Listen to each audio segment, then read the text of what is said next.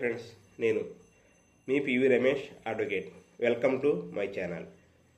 ఈరోజు మనం చెప్పుకునే టాపిక్ ఏంటంటే స్త్రీ యొక్క సొంత ఆస్తి అంటే ఏమిటి. చూడండి ఫ్రెండ్స్, మన దేశంలో హిందూ వారసత్వ చట్టం 1956 అమల్లో ఉన్నటువంటి చట్టం. ఈ చట్టంలోని సెక్షన్ 14 ప్రకారం ఒక స్త్రీ యొక్క ఆస్తి అనేది వివిధ రూపాల్లో వస్తుంది. ఉదాహరణకు, ఆమెకు పెళ్లికి ముందు కానీ పెళ్లి తర్వాత కానీ, ఆమె వ్యాపారం చేసి కానీ లేక ఉద్యోగం చేసి కానీ సంపాదనతో ఏదైనా ఆస్తి కొనుగోలు చేస్తే అది ఆమె సొంత ఆస్తి అవుతుంది.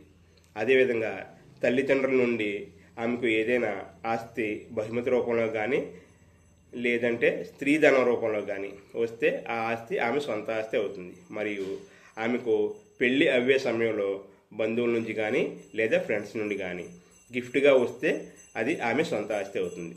లేదా భర్త నుండి విడిపోయే సమయంలో మెయింటెనెన్స్ రూపంలో కానీ ఏదైనా ఆస్తి ఆమెకు సంక్రమిస్తే అది ఆమె సొంత ఆస్తి అవుతుంది.